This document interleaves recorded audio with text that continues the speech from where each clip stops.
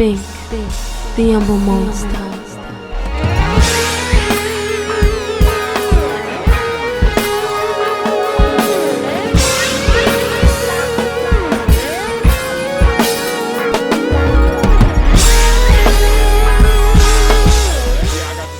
Group now, you know what I mean? Instead of everybody just be talk, So I got with all my Howard dudes, and I was like, "Yo, we ain't just gonna be talking. We gonna make this thing happen." So we just started an investment group, and we've been going over like all the things we about to move into. I think you went there the same time my best friend went there. Who's your man?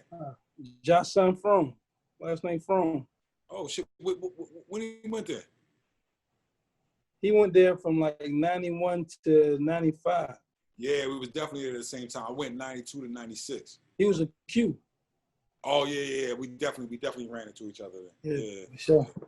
You know, they had me doing all the parties. So yeah.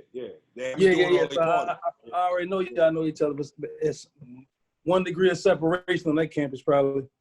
Mm-hmm. For us, I'm gonna get the intro out of the way. So before we get into it, let me introduce my guy, the Grammy Award-winning mixer, Wall Street Journal's most famous and successful engineer in hip-hop history. That's crazy. Legendary DJ and producer, Young Guru. My brother, thank you for having me, man. This is amazing. Come on, man. I had to get you up here. Yes, sir. Absolutely. So shit, let me ask you, who in the house, in your household, was the music influence? Your mom or your pops? Both. It was both of them, man. Like, first of all, I come from that situation of like, my family was strong in terms of the men. Period. Right. So not only just my pops, but my grandfather, you know what I mean, on both sides. All the men is always present. Like we was hood and we did whatever we had to do, but if you made a baby, you took care of that baby. So the fathers, and I'm saying that to say that's a weird situation for us as black men, especially during that time. Yeah. My father was the father to the whole neighborhood. Whole neighborhood. So my pop was really into like slow jams. He was one of them cool, like you remember back in the 70s, it wasn't to out gangster somebody, right? It was to out cool. Like a gangster, if he got upset, it made you look weak. My pop was from that breed of the like, they was the cool niggas. They was just your pop 70 in the 70s? Yeah, absolutely. He was born in 1946. Yeah. My pops was 48. Yeah. So that was my pop. So everything slow jams, but Parliament Funkadelic was his turn up. Like anything Parliament Funkadelic, my pop is on the table. That's the only thing. That and James Brown. But James Brown was more of his, you know what I mean? I'm getting my drink on thing, but Parliament Funkadelic was his whole turn up, stand on the table, just get it in. My mom's was all the should I say the famous black records of that day. So all the Earth, Wind and Fire, all the Marvin Gaye, all the Stevie Wonder, all the like, you know what I mean? All of that was through my mother. And then gospel, you know what I'm saying? My mom was big on gospel. So that was my musical influence coming up. And then my best friend, who his father and my father went to school together, he was the avid jazz dude. He was the like, he got all the jazz records that in a normal jazz collection. You know what I mean? Right. Yeah. So the thing would be to go over to my homie's house. We chilling for a minute. His pop leave. I steal a couple jazz, 2 or 3. Take them home, listen to them. But I bring them back and put them right Absolutely. back. Got to. They're meticulous. Those guys are meticulous. They know it's missing. Right. So that was my influence to answer your question. It was my mom and my pop with the funk, and my dad with the funk, my mom with the current records, but then my homies, his father was in the jazz, and that was sort of my mixture together. Well, we had similar stories because my father was he wasn't a DJ, but he missed his calling because he got paid on Friday. So after work, 2 things he did: liquor store, record stuff. Right. You know what I'm saying? Mine too. Yeah. He call us, man. Listen, I got that new OJs come through. Yo, I got that new, you know what I'm saying? The Temptations and the Spinners, and like he was all those guys. And then my mom was the choir director in church, so she got the James Cleveland going, the Texas Mass Choir, and all that type of stuff. He was actually a choir director though. Yeah, that's how I ended up playing drums in church because of my mom. Okay. My mom recognized me. Yeah, my mom recognized me beating on the recliner while she was cleaning up. She had the James Cleveland going, so I got 2 coat hangers. I'm beating on the chair to the.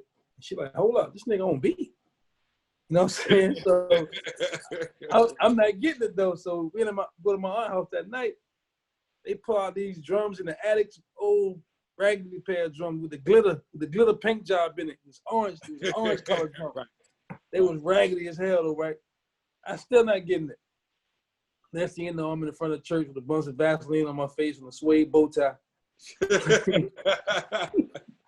Playing drums in church, yo. So that's how we had the same type of influence as far as that's concerned, you know what I'm saying, from both sides.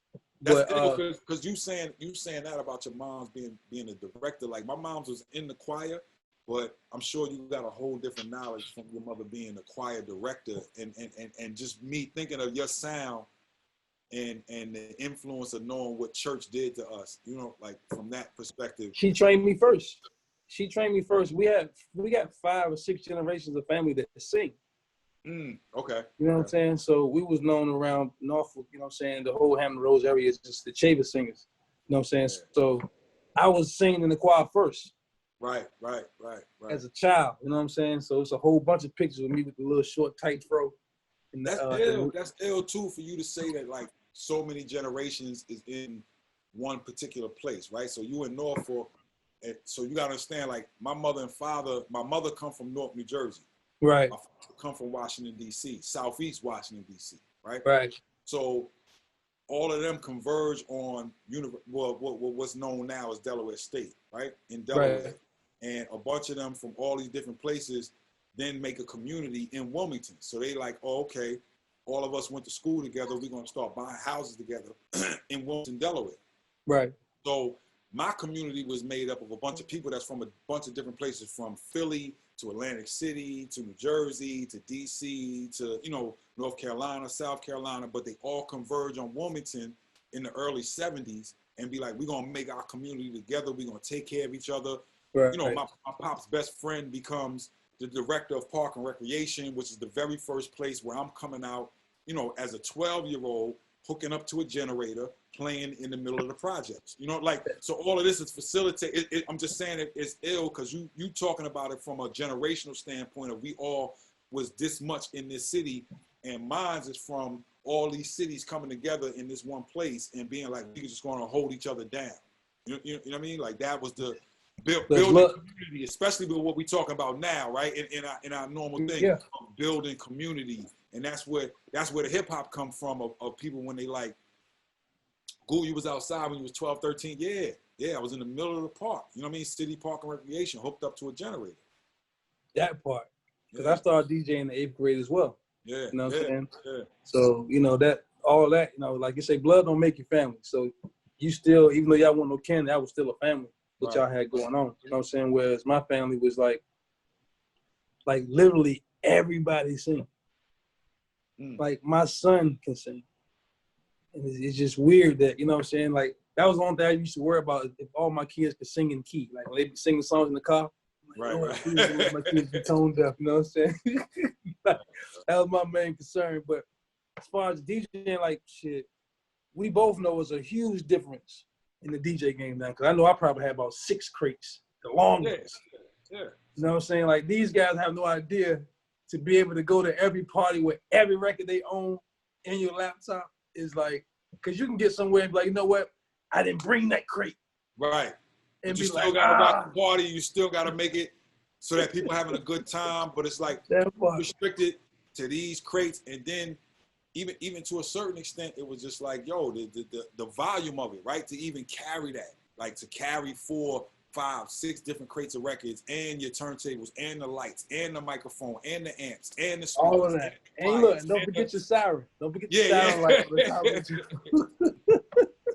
So, it was a different thing, man. It was a different thing. Man, entirely different. That's why I say people don't understand. Then you got to keep them clean because there ain't nothing worse than a record skipping. Right. In the middle of a party. It's like, I used to always blame somebody that was standing close to me. I'd be like, yo, move back, line my ass up, but yo, move back, bro, don't bump the set. A record was dirty, but you know, other than that, what you think what record made you fall in love with the whole culture with hip hop. You know what I'm saying? Because Run DMC did it for me. You know what I'm saying? I bought 30 Days with the first record I bought myself with my drumming money from church. I walked to the joint and bought the vinyl and came back, and I took that record with me everywhere. So what got you? Man, I think it's, for me, it's before records. It was, so you got to understand, I'm telling you again that my mother's from New Jersey, my father from DC. So when my cousins from Jersey was sending me tapes, or like say my cousin Tariq, who's like that's like my immediate family that was up in Jersey that would come down to Delaware and bring tapes of whatever they was doing. It was initially when I was hearing tapes. So it was like what the DJs was doing in the parks. And I can remember me getting into a fight with him because he wouldn't tell me what Down by Law meant. Right? So I'm hearing me and him in the house tussling because I'm like, yo, I got to know what the new slang is. And he wouldn't tell me what it meant. But it was initially tapes. But I would say the first record had to be like Rapper's Delight. And as commercial as that record was, it was the first time that I saw hip hop being played in all these different places. Before then, hip hop was something that we did in the parks. It was like an organized thing. It was like us bringing literally cardboard. We had breakers. We have DJs. It was an organized, like, absolutely community thing. And we knew everybody that was involved in it. So the first time I heard it on this big commercial level as a kid, I was just like, yo, like they listening to rap records on the radio. That was crazy to me. And then I think what Run DMC did to me was to see it on a worldwide level, to see it as a like, yo, they playing, you know, this festival and that festival, and now they on MTV when there was the only other black artist on MTV was Michael Jackson. And it was like, that was a whole other world to us. So to see don't leave out Herbie Hancock. That was yeah. That was the only records I waited for all day. Yeah, to see DST, you know what I'm saying, do what he did on the Herbie Hancock record. We got little spurts of it. So around that time, like DST does that, we get a little bit of breaking in the movies now, right? So when Flashdance came out and we saw breaking in Flashdance in the movie theater, we like, yo, this is incredible. Like, you know, B-boy, any aspect of hip hop that was in the mainstream to me was incredible. But record-wise, it was just like, I got to start listening to the way that they make these. It was just, it caught me from that bug from the beginning. And then once I found out, because I used to think this was my thinking, right? Right. Listening to Run DMC, I'm like, okay, they making these with beat machines. So I got to figure out, you mean as a technical dude, what beat machine are they using? So then when I started hearing samples in records, I was just like, yo, what beat machine is that does that? And it was like, nah, it comes from this record. The break. Like, yo, how do they do that? I had no idea sampling. I had no idea of, you know what I mean? I'm thinking of beat machines with a kick, snare, and a hi-hat, and Run DMC just rhyming over that. So that, I think that era in and of itself, all the records that came out with cover bands trying to replay records and then certain people sampling records, that's what caught me in hip hop. But I'm saying the whole thing of it. Yeah. I was the guy that had, my next door neighbor was the illest graffiti writer, right? My man Kenny. Right. And he used to get paid to do like little T-shirts at the Italian festival. You know, he's the dude that got the stand set up and you come and you sit down and he look at you and he doing this and paint your face on the T-shirt, right? That was his hustle. So he was the ill graffiti writer. Right. And it was like seeing movies that reflected that life. And I was, you know, like the same way that the DJ in Beat Street is Ramo's filling guy, right? That's his man. And Ramo's a graffiti artist, but he's taking his man along with him and he's filling in. That was me and Kenny. I was the DJ. He was the graffiti artist. I used to just go along with him and fill in. He'd draw it in yellow and then fill his part in red, fill his part in green, and then he'll come back and trace it in black. And I was doing everything about hip hop is what brought me into the culture. You know what I mean? So it wasn't just one record. It was the whole culture of b-boying, graffiti, MCing, and then that part of it that was like my thing. I was already the engineer. I was already the guy that like, if your bike gets messed up, I'm gonna fix your bike. I'm gonna do it. But not charging people for it, just I knew how to do it. Right. So then crazy. Now that technical part come in to where the older cats is looking at me like, yo, like he know how to do crossovers and he know how to hook up the speaker system and he know how to do. At 13, I was like, yeah, like this is what I do. So that's what brought me being behind the rope at 13 years old. I don't know if I can convey that to the young kids of what that. That was huge. That was huge. Power. That was huge. You was that guy. You was that dude. You know what I'm saying? But to go back to your Run DMC thing is, I got the blessing to get the session to Peter Piper. Right? Do you know? No, I'll send that to you. I need that. He scratched Nautilus live the whole time. The whole time. It's not loop. He literally blended that shit in the entire time, bro. Whole time. Killed me. But what kept the continuity to it was the 808 drums. Right. That they programmed in there. So that's what kept that was the glue. That was the egg. You know what I mean? That's what kept everything together. But he literally blended in that Nautilus drum the entire record. I was like, yo, who would have thought? Not to skip forward, and we'll get to this point eventually, right? Yeah. But that's what bugged me out about when Rick Rubin did 99 Problems. It's not programmed. He literally is scratching Big Beat down the whole time and then like editing it and but the original thing, he'll like scratch the drum track and then scratch the like he was scratching that record to the way we used to do it back then. He's from that era.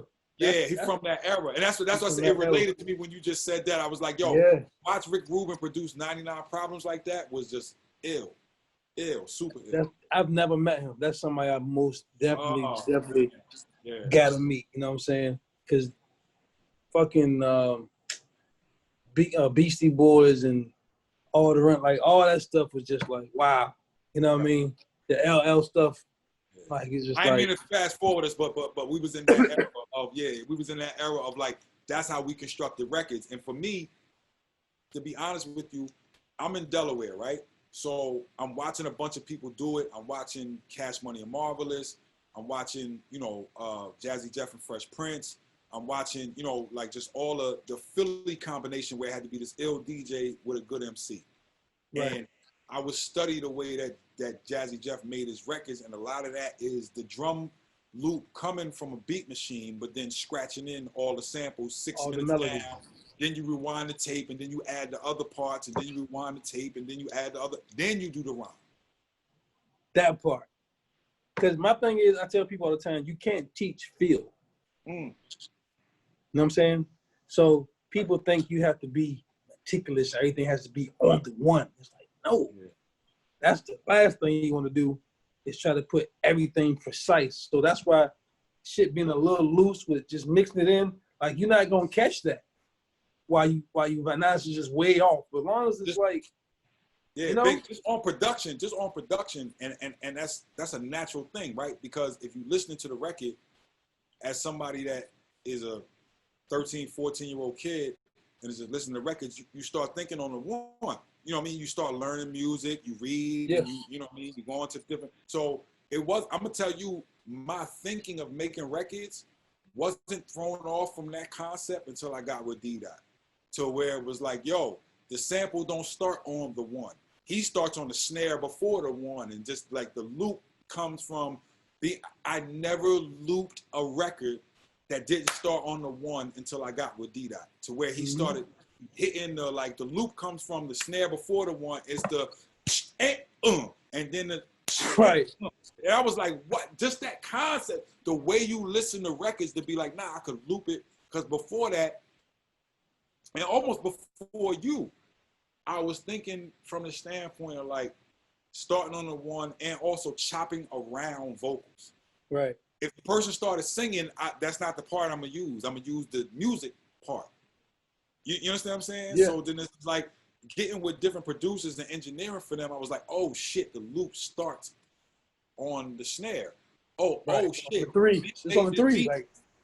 Bink made this beat where he includes the singing part. And I'm just like, oh shit. Like I will always chop around once if you listening to just straight vinyl, no beat, no tempo, no nothing, you like, where's the music part at? Whereas you would bring in like, no, the little vocal thing is part of what I'm doing. And I was like, oh, this shit is a whole different. So that's basically what all I need was a Mama Loves Me. because Mama Loves Me was built around the Al Green oohs, but everything else was the music. And All I Need was built on a Natalie Cole the three notes. Da, da, da.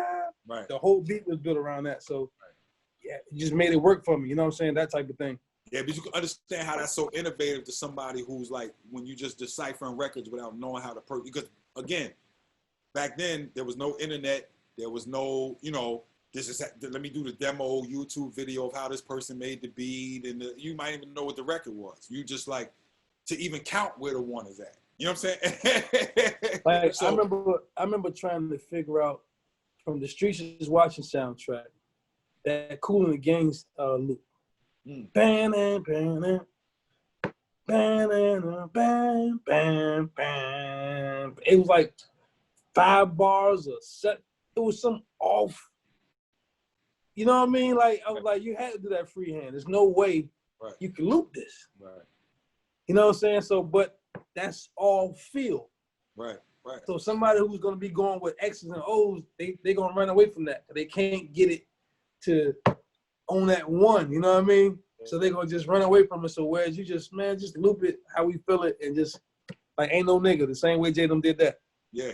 You know all live, like, all the way down, the whole all time. The way down. Not even programmed. It was just a continuous hitting of the with the sample. Get her done. Yeah. But I didn't know that you started with Nonchalant. Yeah, no. So monumental in my career, Bink. Like so. I And I'm gonna give you this for your podcast.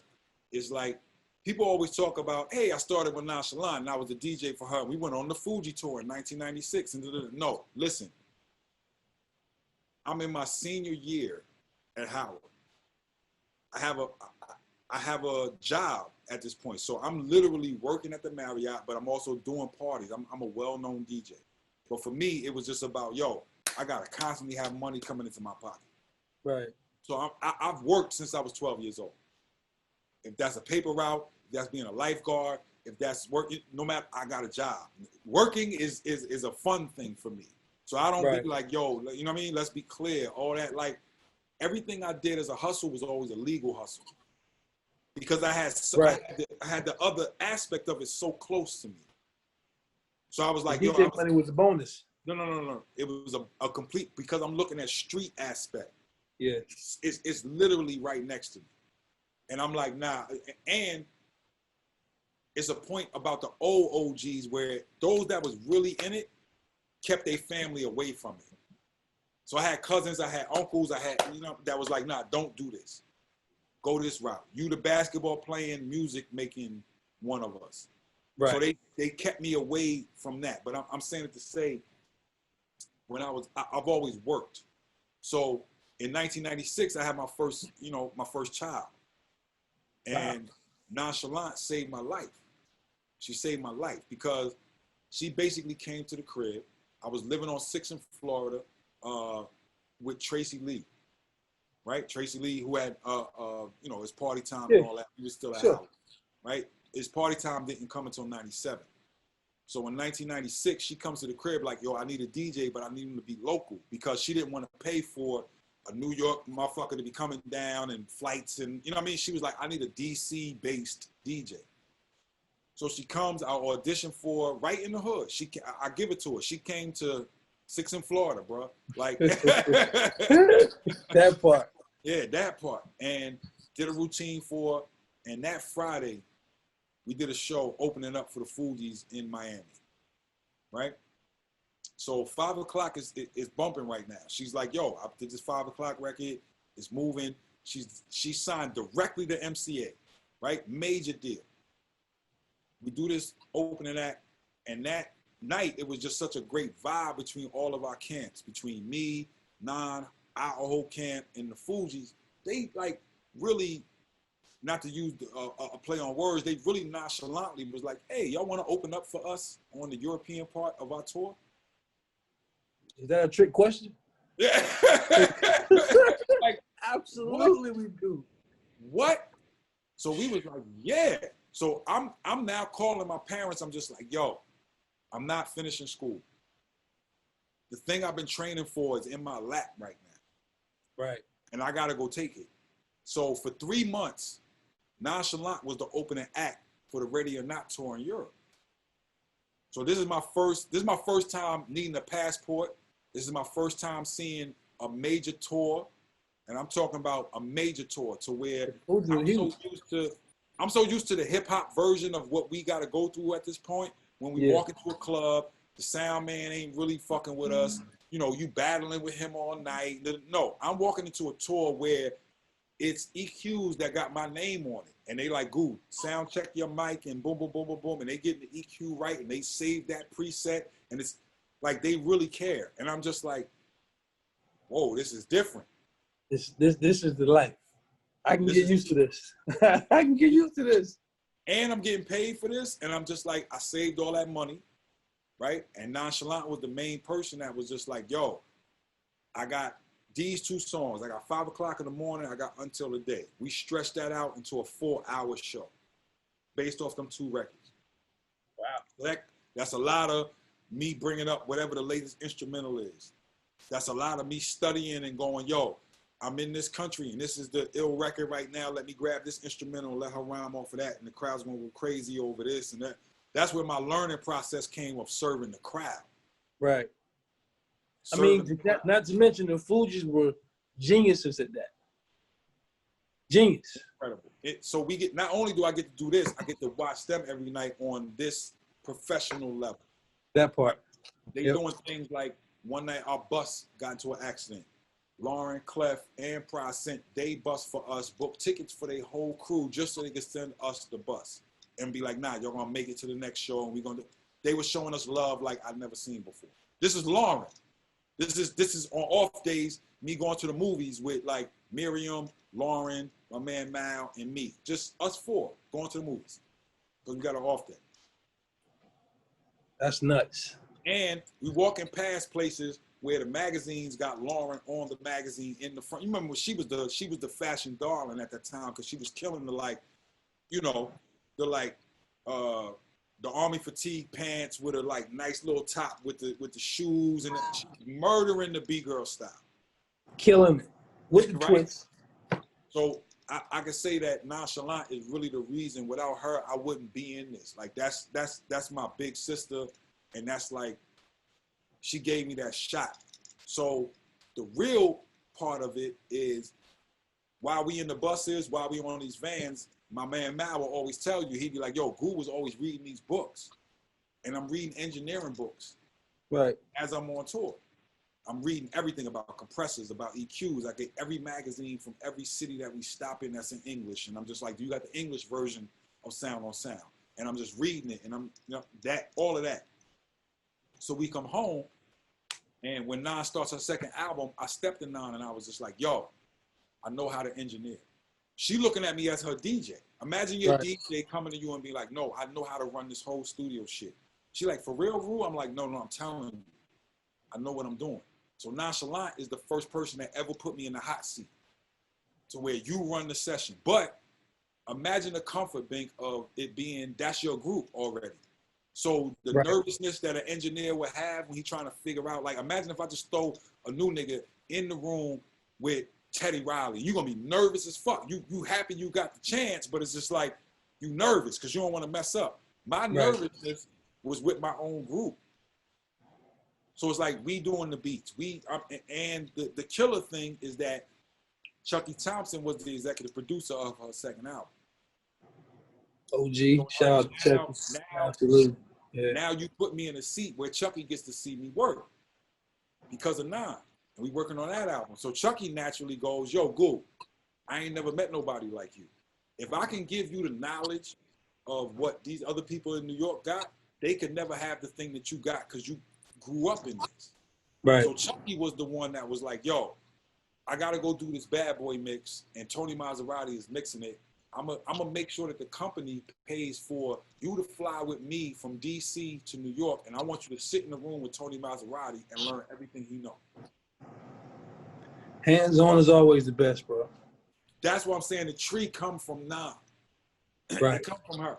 So that's what got me with Chuck, which got me to New York to see what was going on with all the Bad Boy set. I was always up there with Chuck. So imagine me walking in there with Chucky, and then it's like D-Dot see me, and he like, oh, Goo, what you doing? I'm like, yo, I'm in here with Chucky. So then D-Dot is walking me around, and I'm meeting everybody. Because D-Dot is my you were supposed to be there. You were supposed to be there. Yeah, D-Dot is my Howard fan. Before then, it's me, Tracy, my whole crew. We outside of a Puff party, you know what I'm saying, in 93, right. Talking about, yo, we wasn't, not, and I give you the real, because it's us talking, you know what I'm saying? I never was like, yo, Puff, get me into the party. I'm like, yo, D, we out here, get us in. Right.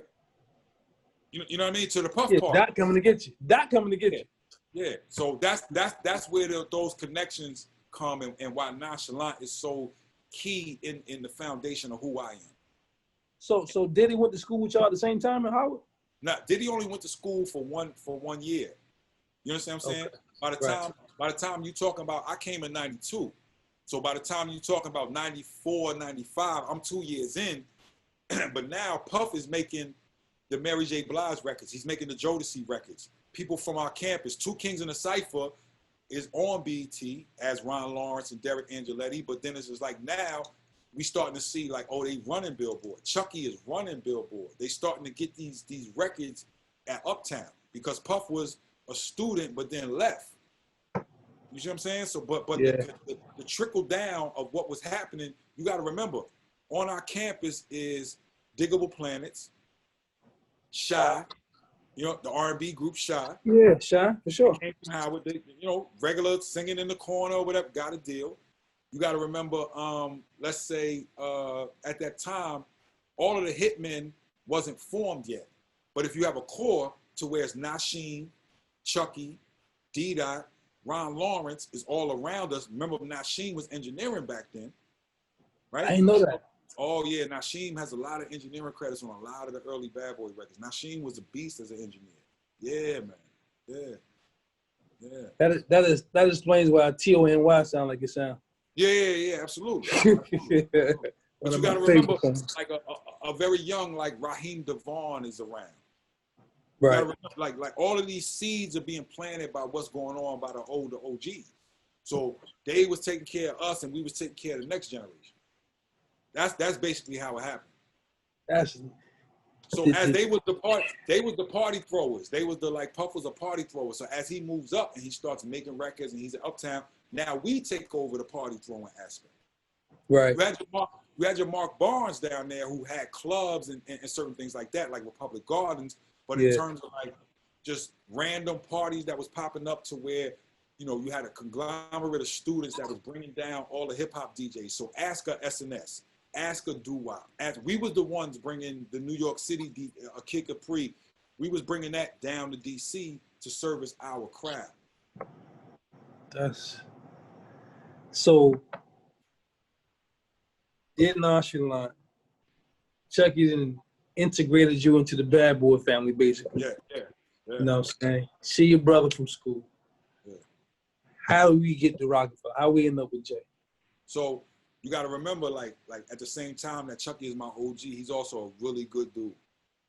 Right. A really, really good dude. So it got to a point like around 99 where I felt like I was on a plateau.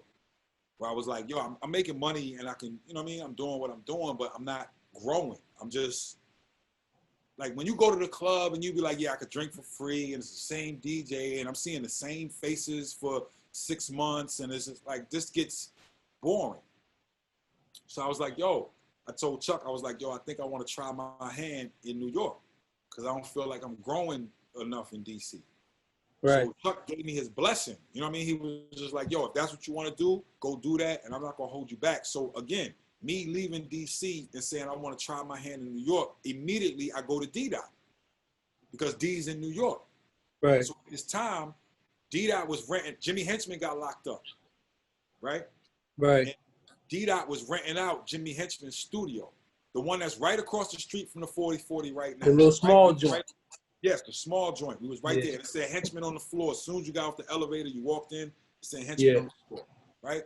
So D-Dot was like, Goo, I need an engineer. And I'm like, D, I got you. I know what I'm doing. So in 99, I go to New York and start working with D on the Mad Rapper album. Right. So that's where I meet my assistant, Kamel. But you got to remember, Now I'm on 25th Street between 6th and 7th, or well, actually between 5th and 6th. Right. That's where it's at. It's So that battery. yeah, but a block up. You know what I'm saying? Like a block up. So I go in there with D-Dot, and D-Dot's doing sort of the Mad Rapper compilation album, which means that as I'm recording this, I'm meeting the Beat Nuts, right? They on the album. I'm meeting Raekwon. Raekwon's on the album. This little white kid that we seen at the Lyricist Lounge, Dot gets him for $5,000, and later he becomes this kid named Eminem. But you got to remember, Eminem is on Stir Crazy on the Mad Rapper album. Right. It's all that early time of me interacting with Busta and me interacting with like all the MCs. So now, not only are we working on the Mad Rapper album, but D-Dot is still servicing beats for all the outside people. So D-Dot did exactly what Puff did. If Puff got the Hitman, then D-Dot got a conglomerate, right? That was Blake. That was Charlemagne. Not Charlemagne the guy, but Charlemagne the producer, right? That ended up doing Blueprint 2 for Jay. Coptic was in there. And this early Kanye kid was in there. That right? part. So all of those people was who Dot had formed, and say if Goody Mob comes up, then Dot is looking at me as the engineer, and he's like, yo, go get me Kanye March, go get me Coptic June, go get me and we just have DATs of every month. Every producer was just whatever beats you made for that month, you put them on a DAT, you sent them to Dot, and Dot was selling your beats. Right. And then when the artist did the record, right, which is a lot of that reason of why people want to argue about ghost producing and all this other shit and all, you know what I mean, all that dumb shit. But it's like, no, this person made the beat. Dot had the connects to sell the beat, and then when they actually did the record, now Dot is bringing it back to us and being like, okay, now we got to do the drops. We got to add on whatever strings we gonna do. Like Dot was producing the records, basically, like producing all the, but that was the connect. So I'm just telling you my story of like, by this 1 year of me doing just the Mad Rapper album, now I done touched all these other people. So I was like, yo, I want to go independent as an engineer. And the girl that was and again, I'm trying to paint this picture that back then there wasn't a lot of young black engineers. It just wasn't. We wasn't abundance like that, right? It was a big thing. The Allied Pool had a grip on New York City. So that was like Joe Quindy, Tony Maserati, like all those people that was in the Allied Pool, they was getting all the sessions. Right. So I went to the head, the girl that used to be the receptionist, and I was just like, yo, I gotta figure out who manages this Doro nigga. Because he's the only young black nigga that I know that's like getting all these major sessions. And I was like, who the fuck managed Doro? It's L'Oreal. So, yes, I come across L'Oreal. So the girl that was the front was like, nah, I know L'Oreal, boom, boom, boom. So she hooks me up with L'Oreal. The very next day, L'Oreal we had a literally like a 30-minute phone conversation. I was like, L'Oreal, I know the SSL, I know the Neve, I know the API, I'm ready to work, boom, boom, boom. She understood. I could have been lying, you know what I'm saying? But she understood off faith. She was like, nah. So what L'Oreal was killing was she was the A&R administrator up at Def Jam. So she like, yo, if I'm putting all these engineers on these sessions every day, why am I not getting a percentage of that? Which is fair. So it's just like, yo, I'm gonna start managing them. So the day I got with L'Oreal, the very next day she had me in a DMX session. Very next day. Now keep in mind, she was co-managing me at the time. No, that woman's vision is incredible. Yeah. So it was one day where, like, you got to remember, she had broke people off into certain things. Not just that, but it was just naturally the way it happened, right? So of course, Doro is not only engineering major sessions, but he's also building his thing with Clue, right? So Doro's going to be over there building Fab, building Paul Kane, building Joe Buttons, building like all the MCs that came through Desert Storm.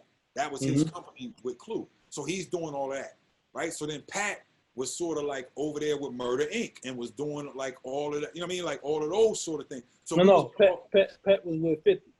Yeah, Pat, but he also did a lot of Pharrell shit. He did, you know what I'm saying? But then she moved Pat to when it was like, okay, so now Pat is over here doing all this Pharrell shit and doing, like, we was rotating different people, right? So then Brian went over there and started fucking with them, and like all of the things that they was doing was the biggest like conglomerate of like now young black engineers is controlling the actual black music that's coming out. So it was one specific day where Pat couldn't do this Bleak session. And Pat was like, yo, Goo, can you go over there and cover for me? So then I go over there and I do this Bleak session. Me and Bleak just like, you know what I mean? Pause. We fall in love with each other. Like, that's my nigga. Like, I love Bleak. Like, that's my guy. You know what I mean? Like, to this day, that's my guy. Right. And it wasn't no, like, underhanded cutthroat thing. It was like we all had major camps that we was trying to hold down. So he was like, yo, Goo, go ahead and do that. If you and Bleak is clicking, because I'm over here. And I'm doing this. I can't take all of it. And L'Oreal is organizing all of this. You understand what I'm saying? So that was the first day where it was like me and Bleak kind of connected. And then Jay came over and seen me and Bleak working and basically was like, yo, I like the way you work. Like, throw up my reel. And then me and Jay started working.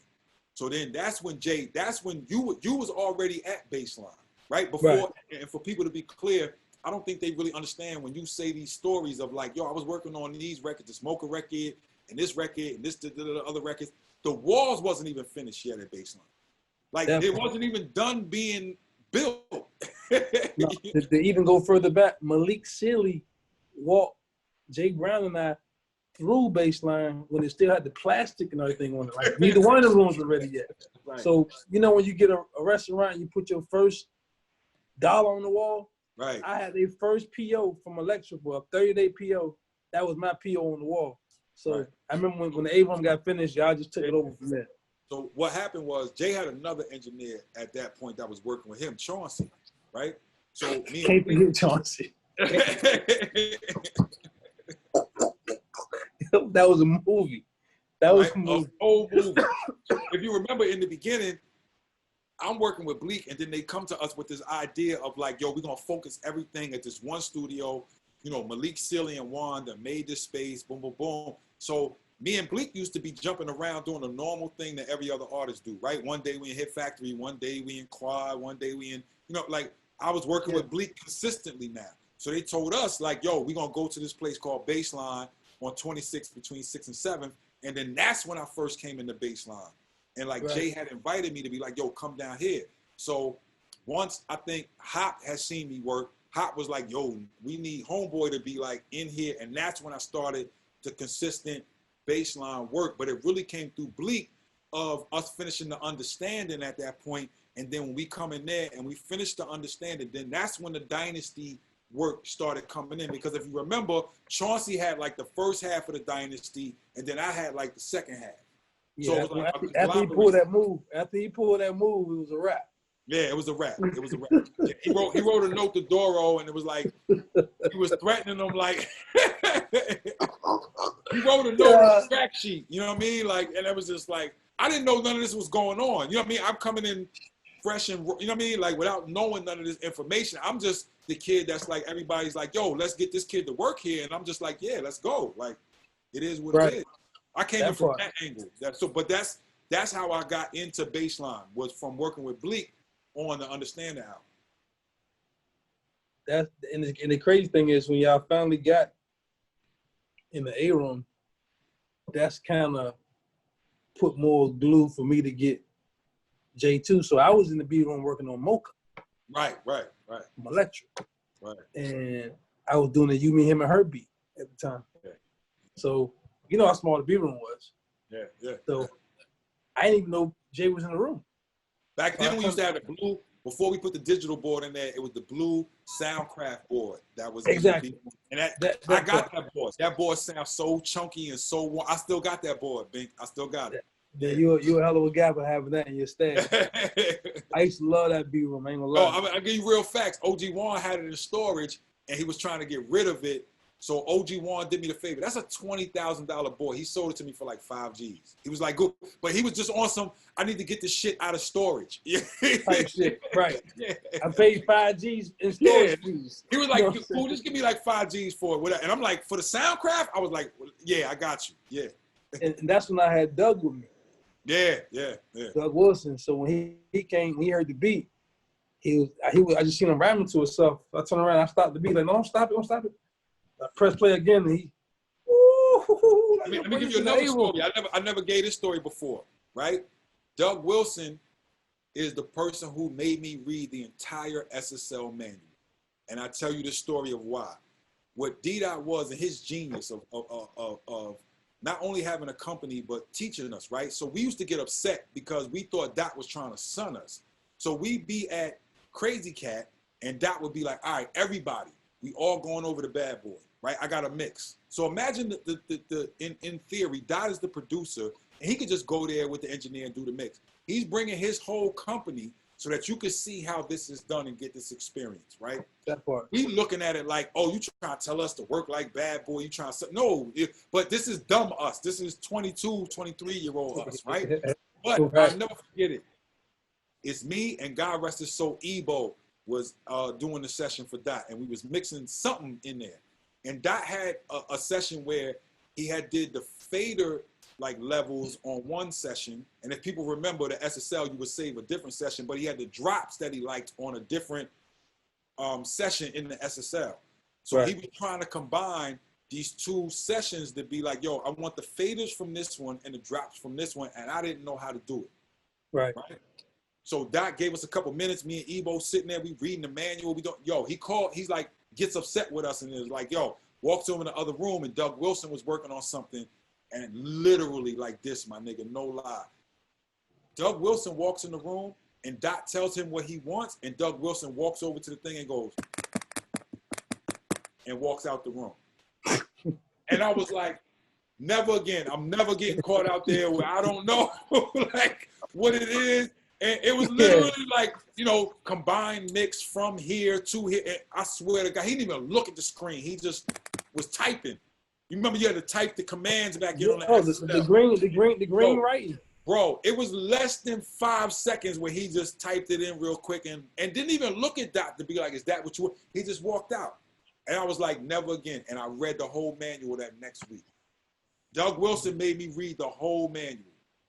He was, and the crazy thing is, I never really totally understood how much you had to know to run it. Because that whole board just one big mind fuck when you think about it. Yeah. Because remember, we were slaving the 2-inch with the Pro Tools.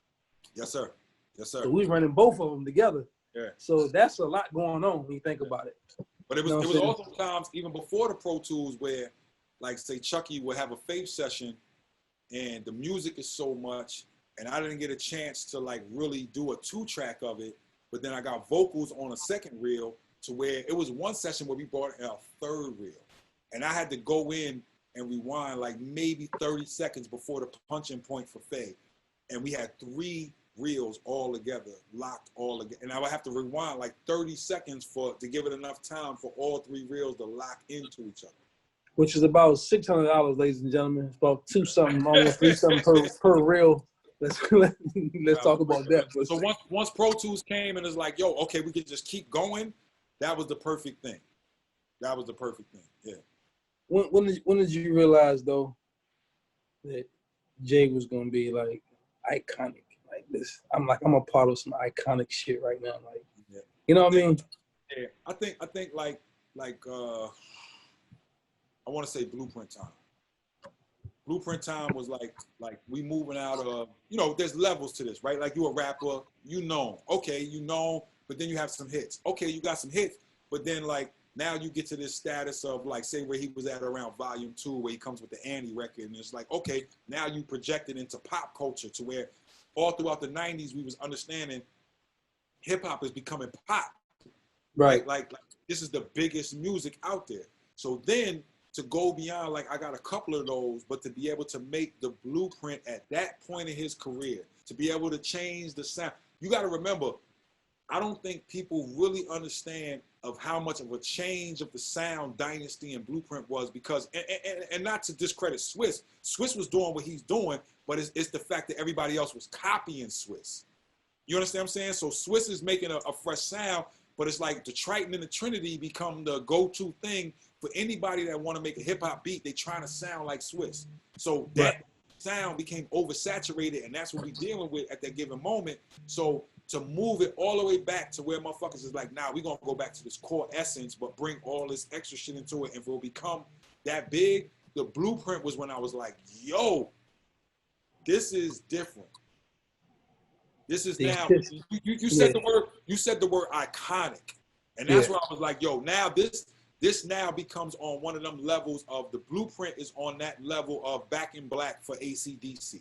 It's on that level of Bob Marley. It's on that level of, you know, when you want to talk about the Beatles, when you want to talk like Michael Jackson, those albums that strike gold at that moment that you can't reproduce, that's what the blueprint is. Because the anticipation for that album was overwhelming. Overwhelming.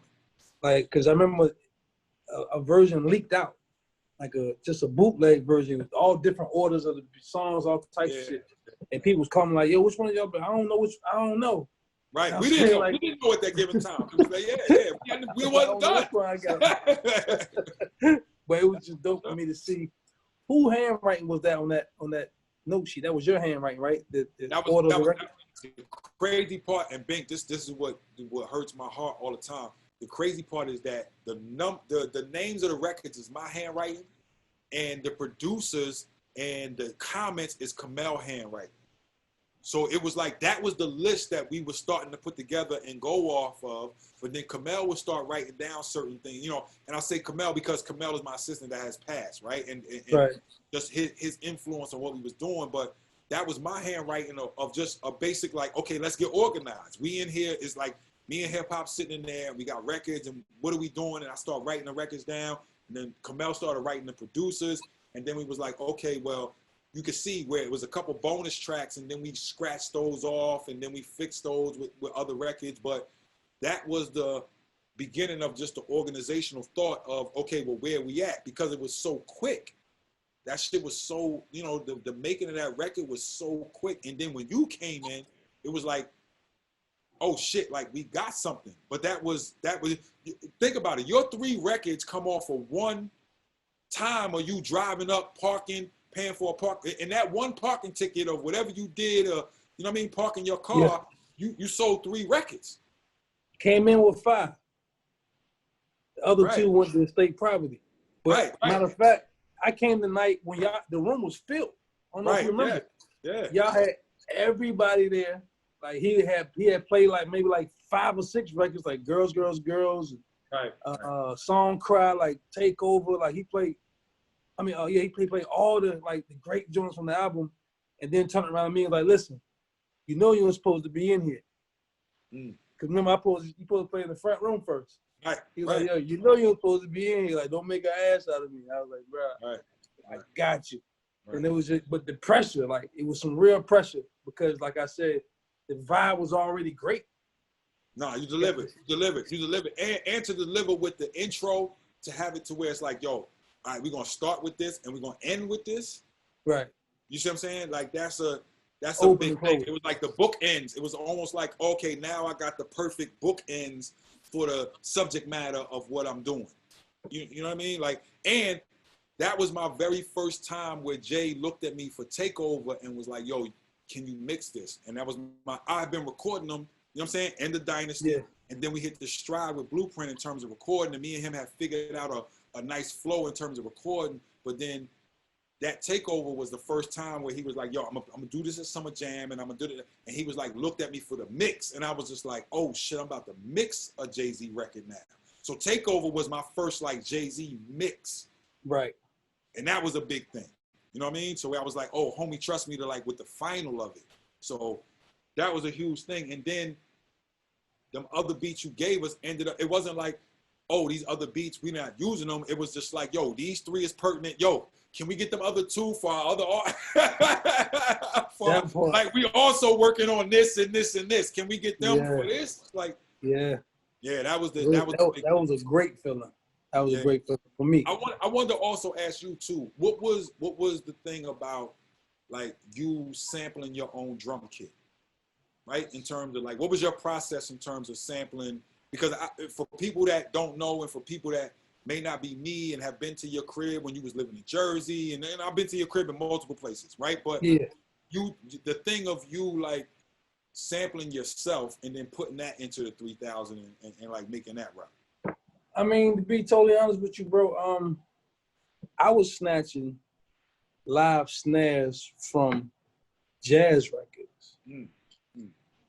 You know what I'm saying? So Right. I was basically doing the same thing that people were doing for break beats, but I was literally so meticulous about finding that right pop.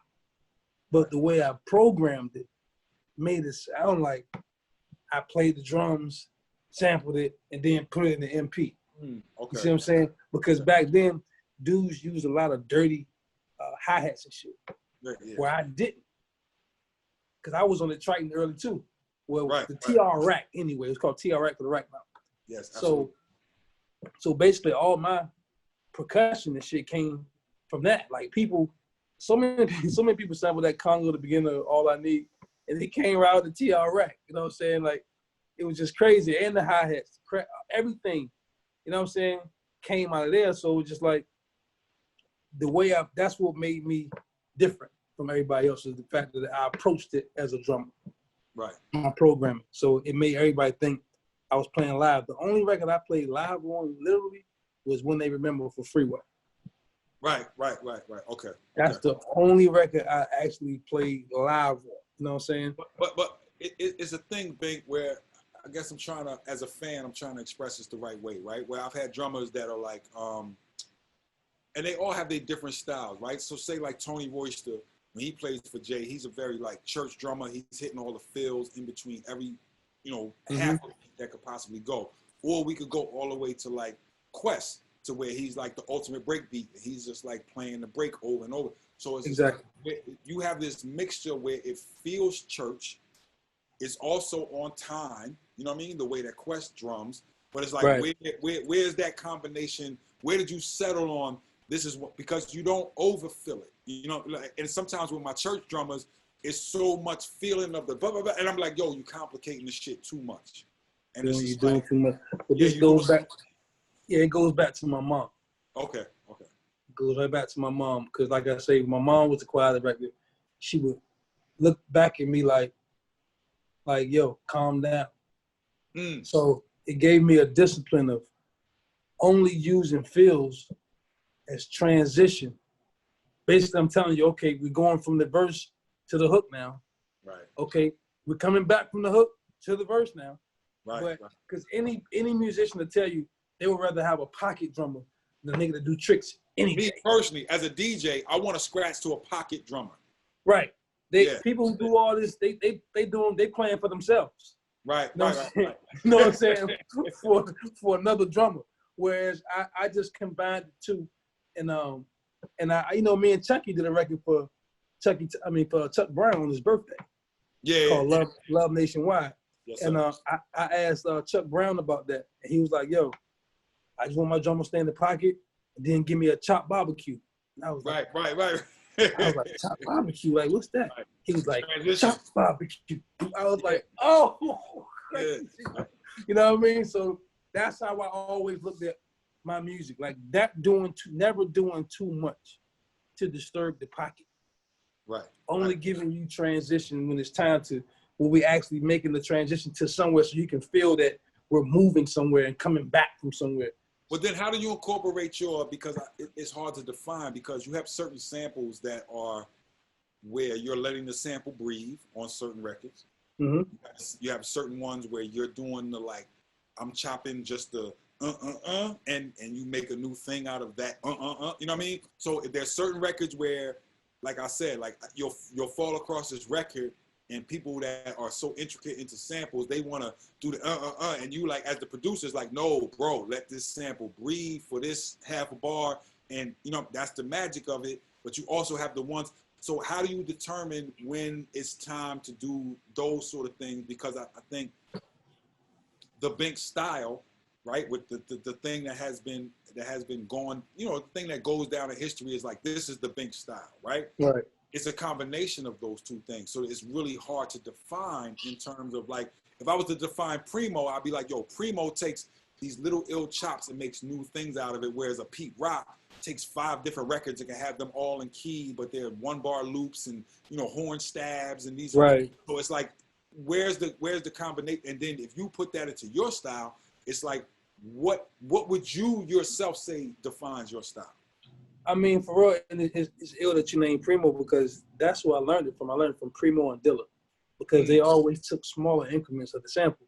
Right. Whereas I learned that when you take, like, for instance, Donuts, the song will start off at its regular speed and then he'll speed it up at the same pitch. I'm like, how is he doing this? Right. So he's literally like taking pieces and putting it back together. Right. So I started calling that my Gordon Gartrell. You know what I'm saying? Like from the Cosby Show type thing. You know what I'm saying? Like that was pieced all together. Yeah. Exactly. Yeah. So that's what you, me, him, and her was. Okay. Think about it. You know what I'm saying? Like most people didn't even know that was the Moments for years. Right. You know what I'm saying? But I sampled it on 45 and then did like another plus 20 on it after that. You know what I'm saying? But remember the snare, like just that turnaround every time. So it was like it's a case by case situation. Whereas 1-900 Hustler is drawn out. Boo boo boo boo boo. Yeah, exactly. Like the whole. That's my point. That's a great example. To whereas I don't understand if people understand where like 1-900 Hustler is drawn out, but it's also a thing of if you go back to the record you was talking about before, it's a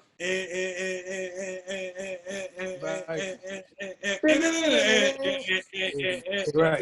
Like so it's a chop, but then it's just like okay, the turnaround is going to be the but we coming back to that same. So it's these two completely different approaches, I guess I would say. Right. Well, to me, you, me, him, and her reminds me of the intro to Eric B. for President, the extended version.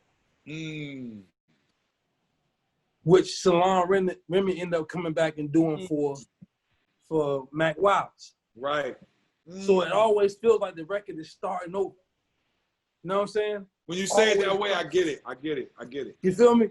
So it's like that section of Eric B. for President, the extended version, you can rock to that alone without even letting the beat play. That's what the DJs call a go to the bathroom record, where you could just let that shit rock. You could run to the bathroom real quick. Or the Frankie Beverly extended version, Before I Let It Go. Right. You know what I'm saying? Right. So that's another thing Chuck Brown told me. He was like, yo, I said, how did you come up with Go-Go?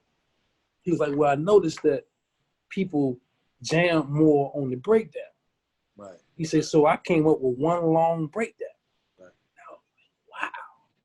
That's some genius shit, you know what I mean? Right. To think of. Right. So he basically do one long ass breakdown and just put melody to it. You know what I'm saying? So my shit was, I'm from Virginia, we're like a melting pot, really military driven. So we had go-go, we had reggae, right. We got Midwest, we got DJ Magic Mike, you know what I'm saying? All this stuff I'm listening to. Right. So we came down to do music. I'm already seasoned with all of this shit. Yeah. You see what I'm saying? I'm already ready to go in whatever genre I need to go in. Right. I can do a set it off beat, Planet Rock, or something with some crazy instrumentation to it. Like, so that's why my shit is like so widespread, because Virginia is like a melting pot of music, just melting pot of vibes. So that's why all producers from Virginia, drum game is different. Yeah. Knox, Pharrell, myself, Timbaland, Danger Hands. You see what I'm saying? Because we all been influenced by so many different places. I don't know, but whatever that water is that's going to Knox's house, I need a little bit of that. Like that's the closest thing we got to Dilla. That's the closest thing we got to Dilla right now. And the crazy thing was, Dilla used to be down here a lot with him. Like Dilla just be at Knox studio for days. That boy different. He different. He's a machine, bro. And look, and keep in mind, we used to be a crew. I didn't know that. Called the Teamsters. Yeah, we were a crew back in the day. That boy different. So imagine playing beats beside this thing. You know what I'm saying? Like, just like the pressure was like, sometimes just like, you know what? I ain't even got my CD on me, cuz, you know what I mean? Like, you know what I mean? I got my CD I remember like me and Knife being like, yo, we got to seek him out and ask him, does he want to be a part of the Soul Council? Because like, for me, he just different. He's just different, There's man. nobody. He can do everything. There's nobody fucking with Not's chop game. Yeah. Because he had changed the whole time signature. Yeah. Something that you thought couldn't be sampled. Right. He had rearranged the whole because time it's in a signature. 3/4 or 6/4 or yeah. He gonna do it. He gonna make it him every time. And he picked some of the gritty most and grimy and make it a pop hit with dun dun dun dun dun dun dun dun dun bum bum bum bum bum bum. Yeah, that's megahertz. That was megahertz. That's another good friend of mine. Like, I just love people who just put their own funk on their thing. You know, they put their own twist to it. Like something that you can't really. Because the first time I heard Dilla was from Busta. He was at Soundtracks. He just left his door open, just letting the dad play, and these beats were just fading into each other, like literally, like just seamless. They just fade into each other, groove. And I'm just like, who is this, bro? And it was just so many different pockets that he was doing, never the same drums. Back when Busta was at Mirror Image, and he was doing the Mirror Image thing, he played me the Rod Digger record, right, early before anybody heard it. You know, with Imperial and like all those joints on it. Right. And then he played me him, and I was just like, what the fuck is this? Because it's try but better. And nobody wanted to say that at the given time. And it's no disrespect. Right. You know, Jerobi is like my best friend. Like, you know what I'm saying? Right. But it was like try but better, right? So then Beehive started co-managing him. You know what I mean? Basically, like, I'm going to help you out in New York. Like, send me some beats. He wasn't the main manager, but he was like, help. And I hit Beehive one day, and I was just like, yo, I don't care what the session is. I just want to get in with him because I don't believe that he's that good. Something, it got to be a homie in the basement. It got to be nobody can be that good. So then Beehive got me a session with Dilla, and we just made beats. I forget who the artist was for because the artist never came. And it was just me and him in the studio one day. And you know me, it's back and forth. He like, "Go, can you roll up?" I'm like, "Yeah, all right, cool. It's me, him, records, and an MPC 3000, and I watched it. And I was just like, it's him. Machine. It's him. Machine. It's like, him. That guy is insane. Like, people don't understand. He started the whole push-pull. Yeah. You know what I mean? With the snare being a little late, kick coming. What I noticed, Bink, was like the session I was doing with him, and I know people talk about so much about him not programming with quantizing, and that's basic for us, like to not program with quantizing. But what I did notice was like when he was chopping up breaks, when he was in that phase, he would take the like kick hi-hat and then the snare hi-hat and then the double kick to the hi-hat and then cut it up. So it was like he was really allowing the break to breathe, which gave it a flow, but it was just like, it wasn't just this like kick, snare, hi, the way we think about it, to where like right. the hi-hat. He would be programming, but it would be like, this pad got like the kick and other information all the way to whatever was next, all the way up into the snare, and then the snare, all the information, and even if that's a ghost kick, all the way into the next major kick. And he would program that, and I was like, yo, I never thought about it that way. And phantom notes is everything. That's where your feel comes from.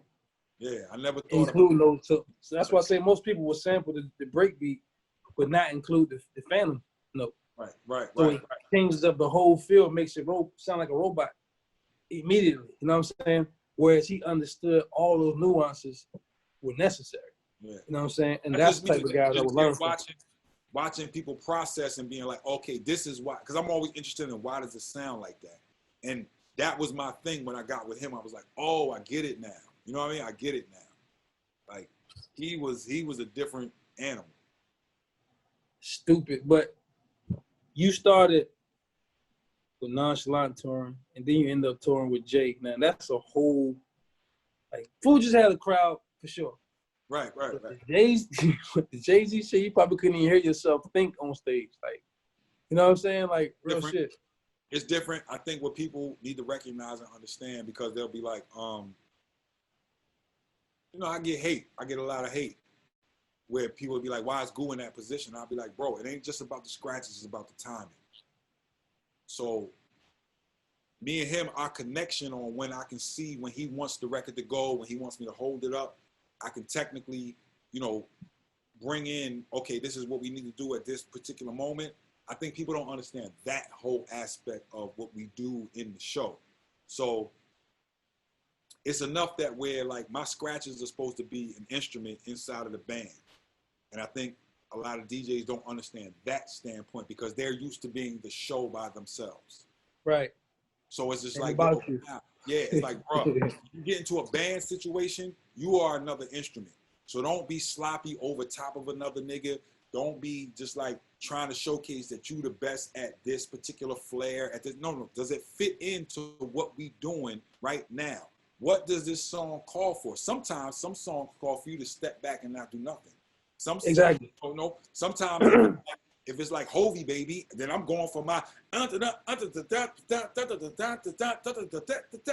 following him, the words, Right. but I'm doing it with an ill scratch sound, and I'm also like kicking off songs, knowing that he has certain cue points and certain like motions that means go, or certain times when you got to hold up. That's the part of it that I think DJs who may have studied how to scratch don't necessarily know how to carry the flow of a show.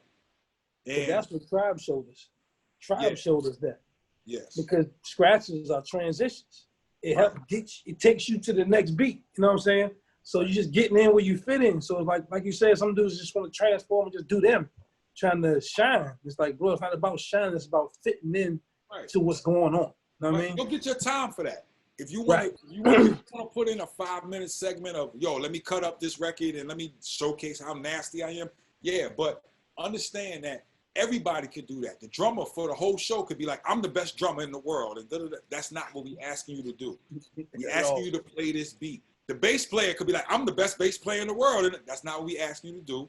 We asking you to play this beat. The keyboard player could be like, I'm going to run these. No, that's not hip hop, bro. Hip hop is a lock into this thing.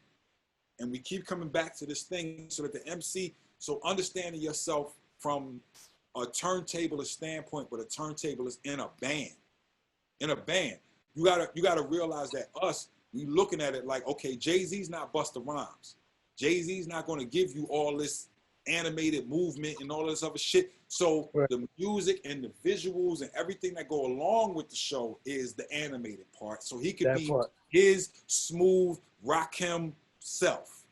You understand what I'm saying? So that's where understanding who the artist is, but also understanding like what your point is. And I've also sat with him to be like, we're gonna transition from this one song into this one song into this one, and it makes sense in terms of building a show. So that's the big difference, is understanding that this is a show on just a huge scale, and people not understanding that pressure of, you might fold from the pressure of 20,000 inside of the Garden. I'm talking about 70, 80,000 inside of a soccer stadium. That part. Jay always had a seamless show, though. Always.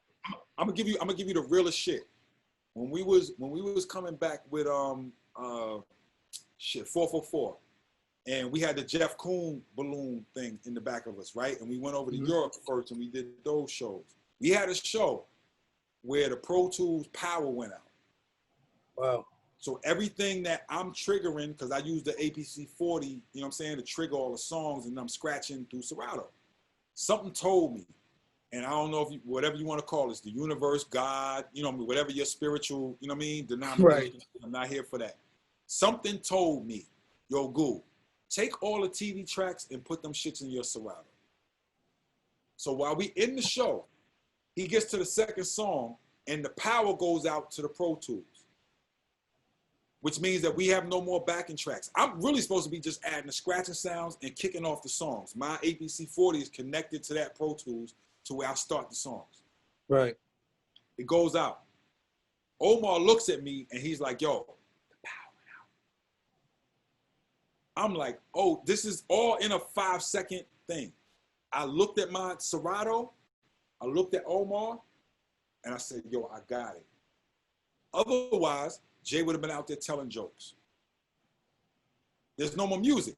So now I switched from being, turntablist in terms of I'm about to show you how I can scratch this thing the illest to I got to hold down this show from my turntables. So I go to my list that got all the TV tracks, and I start running the show from the turntables, old school style, like we That's what I'm saying. DJs got to understand. That's the responsibility. That's when you got to like completely like, you know me, I got my drink on, I got my smoke on, I'm high. I completely sober up to be like, you had to run the whole show right now from my turntable. Right. You had to. Because right now it's like you are the show right now. Had to. So that's the thing of why Goo is in that position. You know what I'm saying? Of somebody that knows the music, or somebody that says, yo, we need this version. So I don't got to call nobody. I'm pulling out my drives and I'm making that version because I got all the sessions. To somebody who's like, yo, no, I don't need to fly with Hove on a private jet. Why? Because I need to be on the bus with the band just in case we got to change this and that. I need to make sure everybody's in sync so that by the time this man walk on stage, all he got to worry about is saying his raps. That's it. That part. So the way you approach the show is the way I approach doing the drops in the record. Yeah. Because people don't understand drops in the record. It adds character. It's everything. Makes the whole record. Makes the whole record. So that's what my Blueprint records really shined at. Just dropping it in the right spots. You know what I'm saying? And just letting his verse make more sense in certain spots. Right. Because I remember he asked me though to drop it on the kitchen table as well. You know what I'm saying? Like, but you could do a drop, but you as the producer say, if I'm gonna do a drop, then you know what? Now that this record is done, I'm gonna go back and I'm gonna record myself going like the hand motion that you did on an actual table and recording that. People gotta understand you put that into the record after the idea came of kitchen table. And that was like that's smart. That was the organ stool. Oh, the organ. Yeah. Yeah, I was doing the organ stool at Sound on Sound. You know what I'm saying? I one take Jake it. You know what I'm saying? Yeah. That for real in high school, people wouldn't freestyle without me beating on the table. Right. They would literally say, "Go find Bink." Right. So my pencil was the hi hat. I'm just trying to make that distinction, Bink, between the beat maker and the producer. So it's like, yeah, you made the beat, and then he did the raps, and then now I'm producing the record. Now I'm making it the best record that it could be and adding all these little things that y'all love. This is the difference between a beat maker and a producer. And that's where I clash at with the new dudes. Because I'm like, bruh, send me the record. You be too hard on the new dudes, man. You be too hard. I'm like, yo, send me the record so I could turn this into a record. Like, what you got from me was the skeleton. Right. So let me get the record and let me do the drops and add keys and like, yo, the record is, what you mean? The record is done. Like, the record is not done, bro. I said, had you heard Blueprint before I finished Blueprint, right. You wouldn't be saying this. It's a different you know record. What I'm saying? It's a whole nother record. You know what I'm saying? So that's the problem now with the young guys. That's what makes it hard for them to get classic records. And when I finally found out that Roddy Ricch, Bordy and Rants, I said that's why he got the kind of album. Oh yeah, that's why he got the #1 album right now. It's because that's why he got the album he got. Yeah, absolutely. Can we edit this, Bink? Can I go to the bathroom real quick? Yeah, sure. Yeah, absolutely. We can pick back up. So yeah. Who is it from the new school that you would actually lock in with right now, you think? Oh man, it's so many of them. I would love to see like, so I got my people that I really fuck with, but I would love to see like with me and a Polo G, because my son put me up on like all the young people. You know what I'm saying? What's his name? Polo G. He played on the Roots Picnic yesterday, along with him and G Herbo. So I've already locked in with G Herbo, you know what I'm saying, through Mickey Facts. Right. You know what I'm saying? Okay. And people in Chicago and like all the people out there, I've locked in with G Herbo, done some mixes for him, the whole nine, you know what I'm saying? Shout out to Mickey Halstead, you know what I'm saying, too, like all my people out there. But I would love to mess with like some of the young boys. Yeah.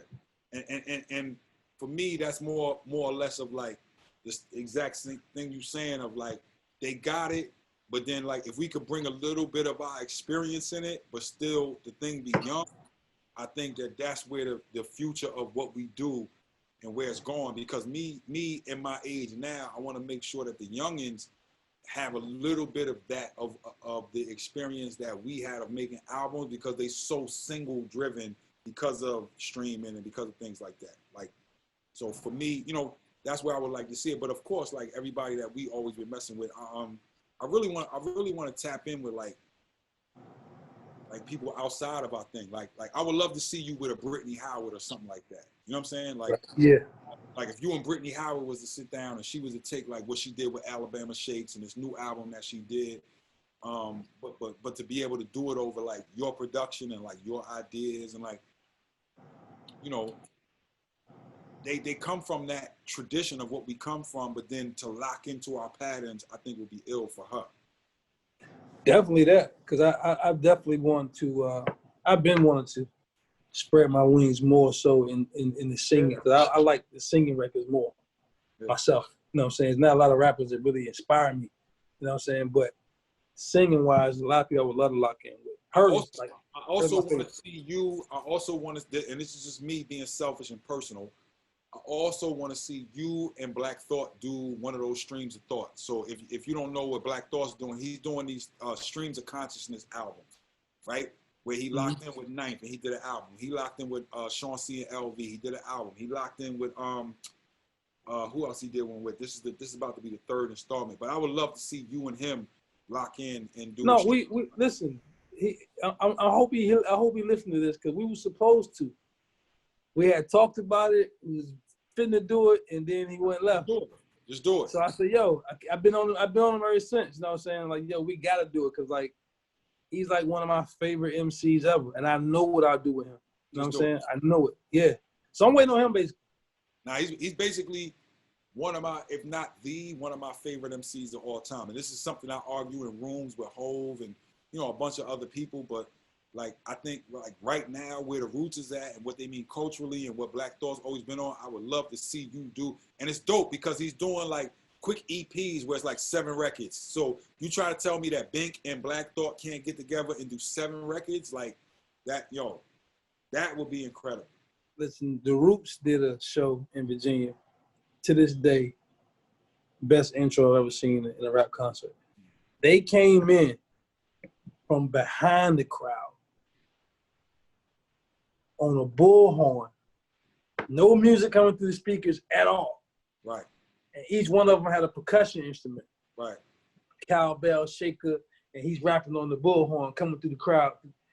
And when they got on stage, it was just like, you know what I'm saying? I was just like, yo, never in my career have I seen somebody do that type of thing right there. It was just so, he's underrated. It's just wide open, man, as to what we could do right now in terms of like, you know, because of the corona, because of where we at right now with streaming, because of the ease of us being able to make records and, you know, that sort of thing. I just think it's a great time for us to just continue to put out music. You finding, you know, whether or not that's MCs in Virginia, whether or not that's MCs across the world. I don't want to restrict you solely to Virginia. I don't care if you find them in Tanzania. You know what I'm saying? In Africa or whatever. Like, you know what I'm saying? Wherever it is across the world, like you being able to put out musical content and be like, this is me presenting artists that I really feel that's a thing that goes against whatever the, you know, the radio promotion of whatever 6ix9ine is doing at the given moment. You know what I mean? Right. Whatever. Like I like Storms. Yeah. I like him too. So I'll be interested in locking in with him one day. You know, so I seen Jay took a liking to him as well. No, that's my dude. That's my dude. If you ever need to connect, that's my dude. No, I would love to see you with a lot of UK MCs too, just to see the drum patterns of what they do, because it's based on the almond break, you know what I'm saying, of what that did in creating jungle, creating grime, creating that whole genre. But then the rhythm of what that created, what you could do would be interesting in terms of musically. Like, we know the pattern, the drum pattern, but then musically, where can we go? Right. I would absolutely love to challenge myself to do that. You know what I'm saying? For sure. That'd be great. That'd be great. Well, who you messing with? I like both babies, Lil Baby and the Baby. I like Roddy Ricch. I like Rob Wave. Yes. Yeah. I like him. Definitely want to lock in with him too. Her, my favorite. That's my favorite R&B artist right now. Period. She gave me chills. SZA. Right. You know what I'm saying? Right. Shout out to the whole TDE. I would like, you know, as much as Kendrick is like, you know, the star and the rhymes obviously, you know, put him on that level. I would love to see you lock in with two of them, right? Which is Ab Soul, number one. I feel like Ab Soul is underrated as an MC. He's just like, to me, I don't know. To me, he's just at that level, but I don't think he's been recognized yet, right? And then you and J-Rock, I think you and J-Rock would be ill in terms of like what you could give him in terms of that real, just street West Coast. You know what I mean? He's that thing. I like Sir too. Yeah, no, not even on the R&B tip. I'm just saying. Okay, just on some rap shit. The whole TDE conglomerate. You know what I mean? For me, I think they doing it in a way that reminds me of what we was doing. You know what I'm saying? Back when the whole crew was together and everybody was in the same room.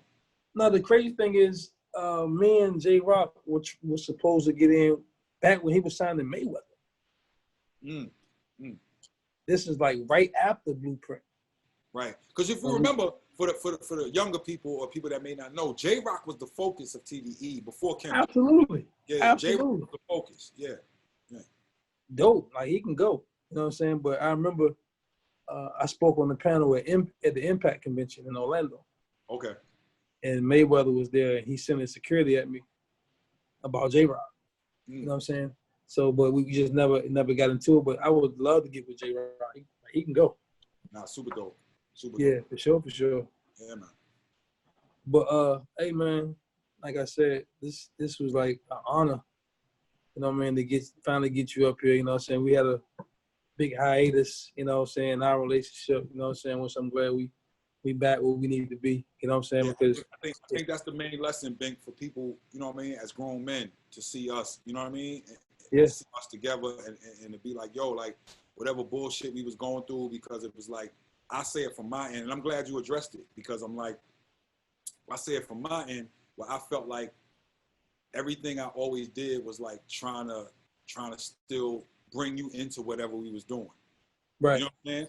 So it was like me, I took a certain thing to where I was like, okay, if you don't want to come to Baseline no more, because I remember I called you on a couple joints, right? I used to be a dude that was like, it was certain producers I would call.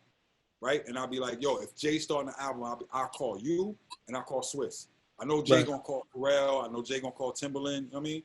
And then it got to a point where you was like, go, I'm not coming up the Baseline no more. Right? And it was like, and I said, okay, well, I'm gonna start bringing the artists to your house. So I would bring Bleak, I would bring those artists to your house.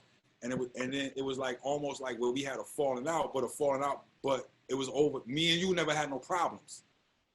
You know what I'm saying? It was like it was one of those things where I think that's a grown man move, and I applaud you for that, for reaching out and just for like being the grown man. You know what I'm saying? To a point where it was just like, yo, I gotta be the grown man and be like, yo, my nigga, it is never no problems, and especially in the time and days that we in right now, we gotta show that solidarity for us, not only in the music business, but just for us as black men, period. You know, it was always me, you, hip hop, Biggs. Right. Those were the creatives in that circle to me. You know what I'm saying? That's the only people I ever dealt with when it came to picking samples, picking songs, listening to beats. You know what I'm saying? Like those, your guys' opinion was the only opinion that really mattered to me. You know what I'm saying? In that circle. So it was just great to get back, like I said, get back in pocket with you, my guy. You know what I'm saying? I love you like a brother. Yes, sir. And did a lot of shit together, man. But like I said, I appreciate you coming on Bink About It. Yeah. And should be out in, not too long. Shouldn't be out. I mean, it should be out soon. Because this was a great podcast, to be honest. Just to talk shop with you. It's a great podcast.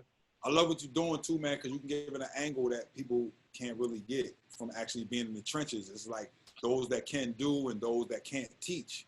You know what I mean? But this is the opportunity for people to see the people that can do to actually teach. So that's a special thing of somebody that's actually in the trenches. You could learn it from somebody that talked about it, or a sportscaster that was always on the sideline, but it's different when you get the actual report of how to play the game from somebody that was in the game. So, I applaud you for that. And I think in time, you're going to see how many of our young children look up to you how many people need game from you, how many people, you know, like need to follow the blueprint that you set. You know, not to use a pun on words, but yeah, you know, we got children out here, and we got people that really want that game and want to understand that from you. And I think that's your lane, brother. I think you educating our youth, you showing them, you know what I mean, keys to production, keys to the game, keys to your longevity, you know, keys to be able to say, yo, I went from rump shaker to Santorini Greece, and look at everything in between, and you know, those sort of things. I think is a great lesson for our children to learn. Yeah, and I think the most lesson I'm trying to teach the young people is not to be afraid of being themselves.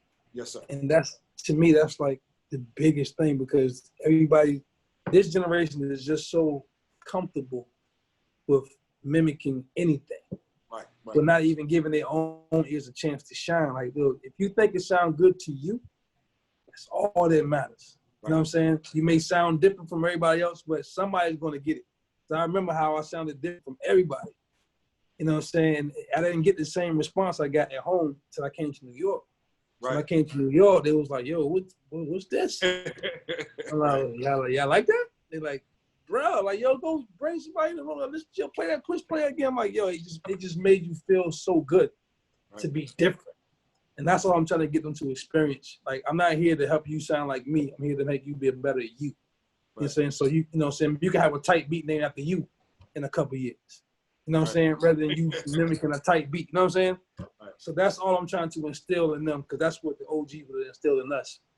Absolutely. Back in the day. You know, if I came to pick you up and you can't stay with the same jacket I had on, your whole lot. One of us got to change. One of us got to change. You know what I'm saying? But I'll be in LA, man, the 14th. Come through, days. Man. Yeah, man. Come chop it up. Everybody, like, come to the studio. Man, let's make some shit, man. For real. Appreciate you, Guru, man. Absolutely. Love you, brother. Love you too, man.